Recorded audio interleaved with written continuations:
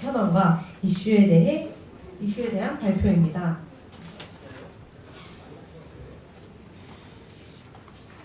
감사합니다.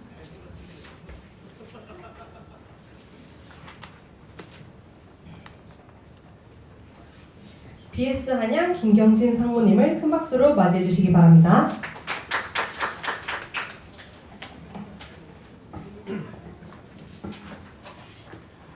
네, 안녕하세요. BS그룹의 김경진 상무입니다. 저는 요즘 이렇게 다니면서 좀 자문을 구하고 도움을 요청드리고 있습니다. 앞서 하나시스템께서는 잘 가고 있는, 이제 완성을 향해 가고 있는 것을 얘기했지만 저희는 현재 이제 지금 시작하는 얘기를 하고 있습니다. 그래서 제 역할이 이 솔라시도 지역에 태양광 3기가 이상을 설치를 하고 그 전력을 통해서 AI 데이터 센터 수요 500메가의 전력을 안정적으로 공급하는 이 전력망을 어떻게 할 것이냐가 제 주요 미션입니다. 근데 사실 답이 없습니다. 기술적으로도 어렵고 정책적으로도 풀어야 할 숙제가 많고 또 한전과 수요 기업들 등등 이해관계자들도 많아서 이걸 어떻게 만들어가야 될지 이런 것들이 고민이기 때문입니다. 한 가지 다행인 거는 태양광 발전소 구축하는 것과 수요 유치하는 거는 다른 팀에서 하고 있어서 그건 좀 다행이라고 생각합니다. 참고로 저는 전기 전문가가 아닙니다. 그 에너지 기술 평가원에서 작년 2월까지 한 17년 동안 에너지를 담당을 했는데 주로 그 기술 정책 쪽 주로 했었고 전기는 좀 약합니다. 이런 상황에서 지금 어떻게 진행되고 있는지를 말씀드리는데 전문가분들도 계신 것 같습니다. 좀 어떻게 하면 좋을지 아니면은 나중에 뒤에 나오지만 같이 할 수 있는 게 있는지 이런 것들에 대해서 말씀을 해주시면 감사하겠습니다. 먼저 솔라시도가 뭔지 모르시는 분들도 있을 겁니다. 이 솔라시도가 뭔지, 이 지역에서 뭐가 일어나고 있는지 말씀을 드리고 그 에너지 미래도시 차원에서 어떤 정책적 환경 변화가 있고 어떤 것들을 준비하고 있는지 말씀을 드리겠습니다. 마지막으로 분산형 전력망 관련해서 어떻게 구축하려고 생각하고 있는지 설명을 드리겠습니다. 먼저 솔라시도 사업입니다. 지금 지도에서 보시면 영산강 하구 쪽에 있습니다. 해남 지역의 그 가운데 있는 630만 평의 땅을 솔라시도라고 저희가 부르고 있고요. 78년도에 저 영산강 하구 뚝을 막았습니다. 바닷물도 자꾸 들어오고 만조 때는 홍수도 나고 농업용 수도 부족하고 그래서 78년도에 막기 시작해서 3년 동안 막았는데 막고 나니까 내륙 쪽 수위가 이렇게 쭉 낮아지는 겁니다. 그러면서 숨겨져 있던 땅이 드러나는 거죠. 거기다가 간척까지 해서 상당히 많은 땅을 만들어냈습니다. 그 중에 632만 평을 밑에 사업 시행자 보시면은 저희 보성그룹의 지분은 77%, 8% 되는데 그 외에 전남도나 이런 사업자들이 참여하는 서남현 기업도시 개발이라는 SPC를 설립해서 이 사업을 진행을 하고 있습니다. 주로 몇 년 전까지는 관광 레저형 기업도시 형태로 진행을 했었고 최근 들어서 에너지 쪽을 더 집중해서 키우고 있습니다. 근데 그러고 있습니다. 기본적으로 AI 에너지 신도시라는 비전을 가지고 K재생에너지 대표도시, 그다음에 AI 산업도시, 그다음에 신환경 정원도시, 그리고 마이스도시 이런 비전을 가지고 저희가 건설을 해나가고 있습니다. 처음에 2007년도에 서남현 기업도시 개발을 설립했었고 쭉 진행을 하면서 19년도에 98메가 태양광 발전 단지를 구축했습니다. 여기는 ESS 306MWh까지 포함한 대규모 태양광 발전 단지고 이 중앙에는 태양의 정원이라고 해서 이 전체 부지의 10%를 차지하는 어떤 정원 형태를 꾸며놨습니다. 그리고 나서 이제 솔라시도 CC도 개장하고 솔라시도 대교도 개통하고 그다음에 산이정원이라는 아주 잘 꾸며놓은 정원도 구성해서 진행을 하고 있습니다. 지도상으로 보시면 지금 보면은 목포역에서 차로 한 2, 30분 정도 내려오면은 여기 솔라시도가 있습니다. 위에 그 상호중공업이 있는 공단도 있고 아래쪽으로는 해남 쪽으로 이어지고 이런 그 지역적인 위치를 가지고 있습니다. 주변에 도로, 항만 이런 것들이 갖고 있는데 기본적으로 서울에서 좀 먼 것이 매우 큰 단점입니다. 그래도 점차 고속도로 확충하고 이러면서 접근성은 점점 좋아지고 있는 상황입니다.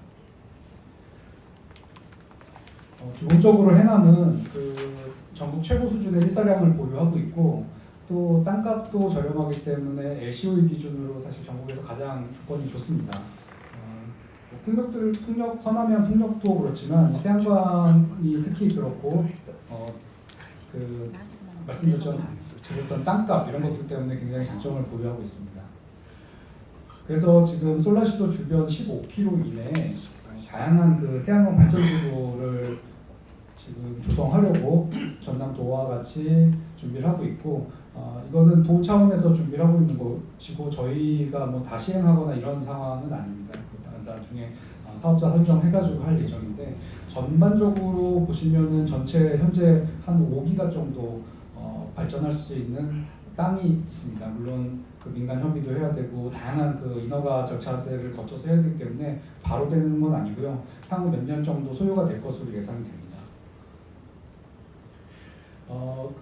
그런데 이 에너지와 관련해서 제주도도 얼마 전에 최종적으로 지정이 됐지만 저희도 올해 봄에 그 분산 특화 지역 신청을 했습니다. 그래서 저희하고 총 4개 지구가 일단 현재 선정이 지난 11월 5일 날 에너지위원회를 통과를 했고 저희 같은 경우는 전체 그 4,200만 평 정도 규모가 됩니다. 그 중에 그 수요 유치형이라고 해서 데이터 센터를 유치해서 지역에 공급 가능한 그 전력을 이쪽 데이터 센터에서 소비하는 지산지소 형태를 하겠다라고 하는 계획으로 신청을 했었고 요 수요 유치형 여기까지 포함됩니다. 실제로 600만 평하고 여기 포함해서 한 1,000만 평 정도가 수요 유치형 지구로 지정이 될 예정입니다. 아직 그 확정고시까지는 안 나왔는데 그렇게 될 예정이고 이 지역에서는 전력 거래나 요금 인센티브 그 다음에 전력계통 영향평가 완화 같은 그런 그 규제 완화 그 다음에 금융 지원 이런 것들이 들어갈 예정인데 실제적으로 분산특구의 그 지정 효과는 그렇게 크지가 않은 게 단점입니다. 그래서 지역에서 여러 가지 혜택을 만들려고 하지만 생각보다는 그 지정 효과가 크지 않은 게 단점이고 그래서 이걸 어떻게 해결할 거냐 하고 생각을 했습니다. 그 전에 그림을 하나만 더 보여드리면은 발전지구에서 저희가 허브 터미널이라고 이름을 지었습니다. 그 전체 그 태양광 발전소들이 접속하는 변전소, 3, 4, 5 변전소와 이것들을 그 수입 공급하는 1호사 변전소들, 그다음에 ESS 이런 것들을 포함하는 부산에서 허브 터미널을 구상을 하고 있고 이것을 그 잉여전력 같은 경우는 신해남 변전소가 구축 예정인데 이쪽으로 송전하는 형태를 생각을 하고 있습니다. 분산특구만으로는 조금 부족하다고 생각하고 있을 때 이번에 그 이재명 정부가 들어서면서 아리백 산업단지를 굉장히 집중적으로 육성을 하고 있습니다. 기본적으로 이번 정부에서의 에너지 정책은 재생에너지 대전환입니다. 그것을 위해서 지금 그 수도권 송전을 위해서 에너지 고속도로를 그 키워드로 좀 띄우고 있지만 사실 아리백 산단 지산지소를 통해서 만들어진 전기를 그 지역에서 소비하도록 함으로써 기업들도 내려오게 하는 그 지역 균형 발전, 그 다음에 산업 구조 조정까지 같이 하려고 하는 게 이번 정부의 목적이고요. 그래서 저희 그 솔라시도 내 120만 평 부지에 대해서 데이터 센터, 그 다음에 아리백 기업들이 들어오는 산업시설지구를 조성을 하려고 하고 있습니다. 아까 보여드렸던 다양한 발전지구에서 저렴한 재생에너지들이 들어오고 그것을 통해서 정부 재정 지원을 일부 붙여서 전기요금을 낮추고 그렇게 함으로써 들어오는 기업들이 아리백을 달성하면서 수출 경쟁력을 강화하는 형태를 저희가 추진하려고 하고 있고요. 그 아리백 산업단지 관련해서는 그 7월에 정부 TF 조성을 하고 특별법을 제정을 하겠다고 했었습니다. 그래서 현재 10월 10일 날 김원희 의원 발의로 이름이 아리백 특별법에서 재생에너지 자립도시 에 관한 특별법으로 바뀌었습니다. 이거는 아리백이 민간 용어, 민간 단체에서 쓰는 용어이고 법적 용어로 좀 부적절하다라고 해서 얘기가 나와서 재생에너지 자립도시 특별법으로 명칭이 바뀌었고요. 그렇게 진행을 하고 있습니다. 그리고 그 솔라시도 데이터 센터 파크라고 하는데 저희가 그 한 2년 전부터 준비하고 있었던 그 데이터 센터 유치하는 기본 인프라입니다. 현재 한 40만 평 정도의 40메가와트 AI 데이터 센터 같은 경우는 25동을 유치하려고 계획을 세우고 있고요.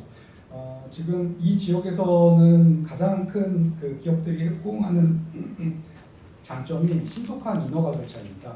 해남군에서 그 인허가 절차를 진행할 때 최대 3개월이라고 그랬는데 굉장히 그 짧은 기간에 그 인허가를 그 건축허가 내주고 있어서 굉장히 그 기업들이 호응을 하고 있고 또 하나가 민원 프리 부지입니다. 저희 그 630만 평 부지에 대해서는 이미 그 민간에 대해서 보상 절차를 다 끝내서 그 도로라든지 전력선 공사라든지 아니면 부지 공사라든지 민원이 없기 때문에 굉장히 빠르게 진행을 할 수 있다는 장점이 있습니다. 그 외에 통신이라든가 용수에 대해서도 그 지자체가 협조해서 상당히 그 공급을 하고 있고요. 이 데이터 센터 운영하는데 충분한 용수가 공급이 될 예정입니다. 그리고 또 하나 중요한 게 정주 여건입니다. 저희 여기에 데이터 센터라든가 반도체 팹이라든가 여러 가지 기업들을 유치했을 때 거기서 근무하는 분들이 살 수 있는 행복하게 살 수 있는 도시가 조성이 되어야 되는데 거기에 필요한 기본적인 스마트 시티 인프라라든가 병원, 특급 호텔, 학교 이런 것들을 구축할 예정이고 특히나 저희가 관심을 두고 있는 게 제주도에서 잘 운영되고 있는 외부 교육기관입니다. 저희 MOU 체결을 해서 전남도 최초의 외부 교육기관을 설립할 예정으로 준비를 하고 있고요.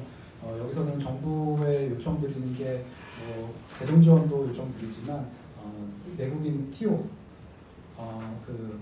그것을 좀 완화해달라 이런 것들을 요청을 해서 최대한 정원을 좀 많이 늘려서 운영할 수 있게 그렇게 준비를 하고 있습니다. 그리고 최대 그 인구 10만 도시를 위해서 4만 세대의 거주 공간이 필요한데 이것을 위해서 뭐 정주형 주택이라든가 리조트 주택이라든가 민간 임대주택 이런 것들도 같이 준비를 하고 있습니다.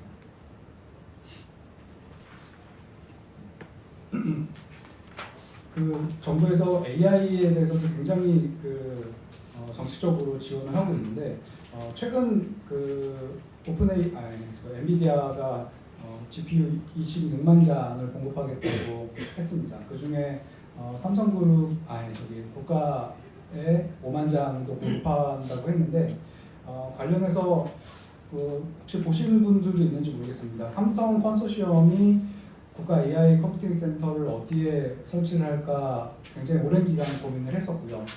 이번에 1, 2차 유치되고 3차에 선택을 할 때 저희 솔라시도로 선정을 했습니다.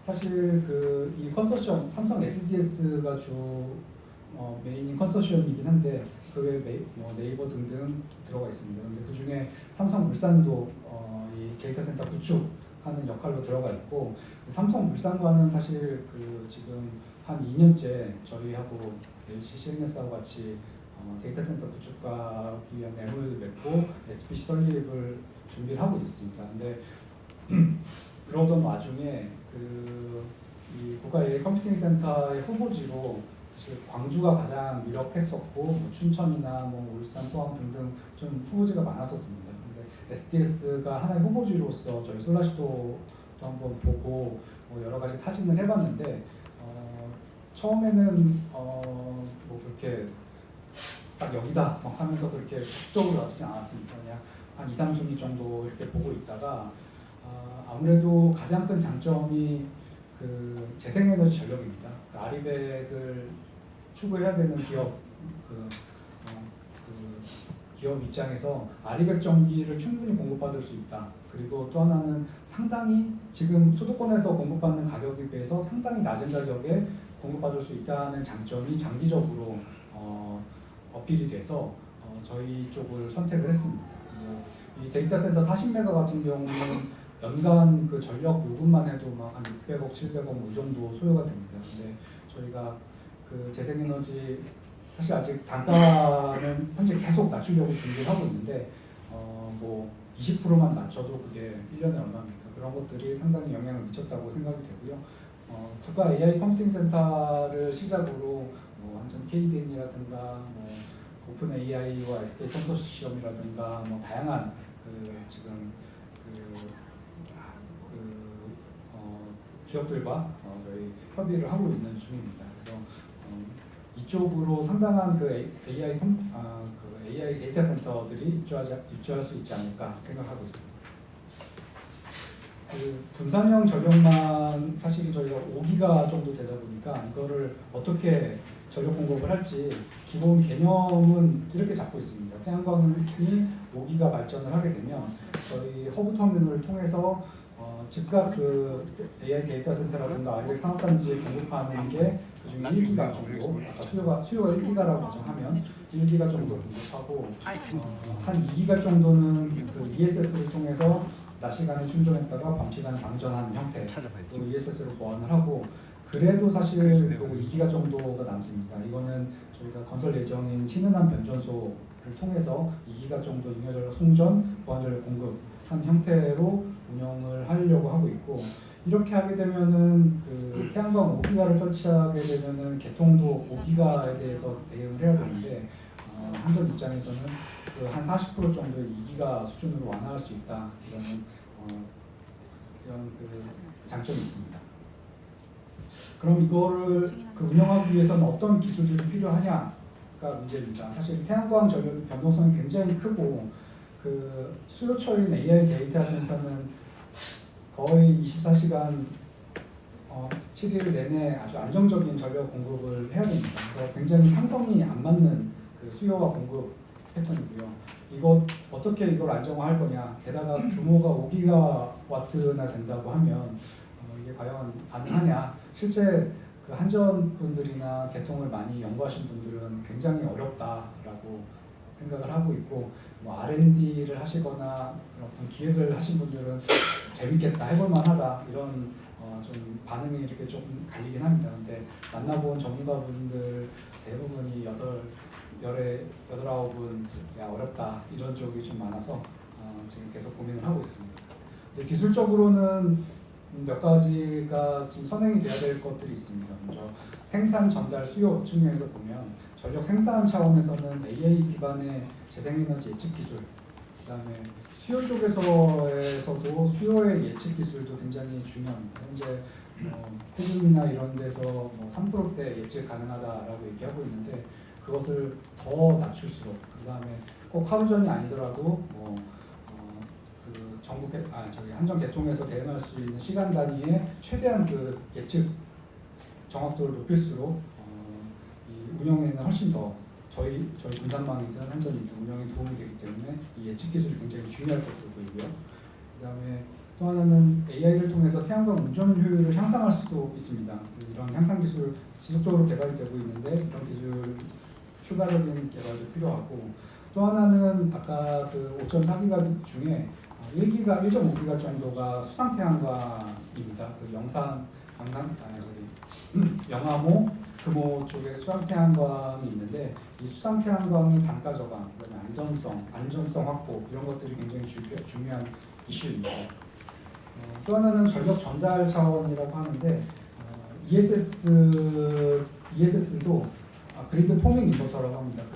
여기에는 아까 보셨지만 그 기저전원이라고 하는 LNG라든가 뭐 이런 기저전원이 없습니다. 그래서 이 이 주파수를 통제할 수 있는 것들이 필요한데 이걸 그리드 포밍 인버터를 통해서 해결을 하려고 하고 있고요.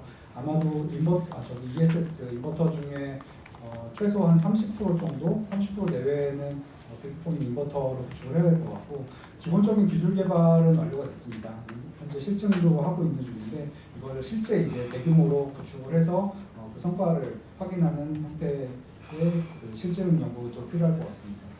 그다음에 또 하나 중요한 게 그 배스가 이제 유틸리티급으로 일단 최소 1배수는 필요할 거로 보이는데, 태양광 5기가가 들어간다고 하면 5기가와트/아워의 ESS가 필요한데 이것을 어떻게 운영하는가가 핵심입니다. 그래서 이 운영을 어떻게 할 것인지, 그 다음에 그 어셋 매니지먼트 차원에서 이 수명이나 이런 것들을 어떻게 최대화할 것인지, 이런 것들이 굉장히 중요한 이슈이고요. 그 다음에 종합적으로 봤을 때 공급 수요의 그 혼합형 분산 자원을 어떻게 통합해서 운영할 것인가, 그런 것들이 굉장히 중요한 이슈가 될 것 같습니다.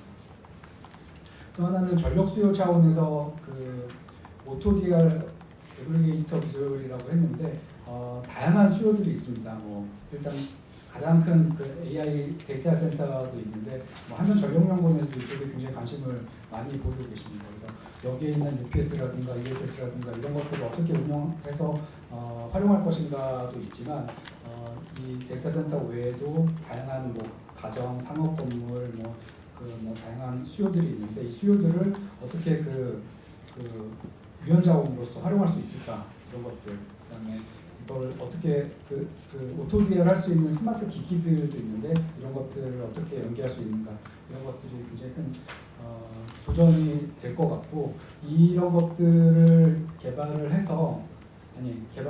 어느 정도 돼 있는 것들을 여기서 대규모 실증을 통해서 확인해 나가는 작업이 필요할 것 같습니다. 이 뒤에는 그 방금 말씀드린 기술들에 대해서 세부적인 내용들을 정리한 것입니다. 여기서는 자세한 내용은 한번 읽어보시면 될 것 같고, 관련돼서 지금 진행하고 있는 R&D 과제도 있고 앞으로 진행할 애기병에서 진행할 과제도 있고 그렇습니다. 그래서 저희도 그 대형 실증 사업으로 지금 정부에 요청을 하고 있는 중이긴 한데 여기 있는 기술들을 다 포함해서 가지는 못할 것 같고요. 핵심적인 그 배스 쪽 관련된 기술들이라든가 예측, 그다음에 전체 플랫폼이라든가 보안, 이런 기술들이 중심이 될 것 같습니다. 그래서 이런 것들을 할 때 혹시 그 관련된 기업이나 학교에 계시는 분들은 좀 괜찮아 보이면 같이 할 수 있는 방안도 마련해 볼 수 있을 것 같습니다. 그러면 이상으로 설명을 마치겠습니다. 감사합니다.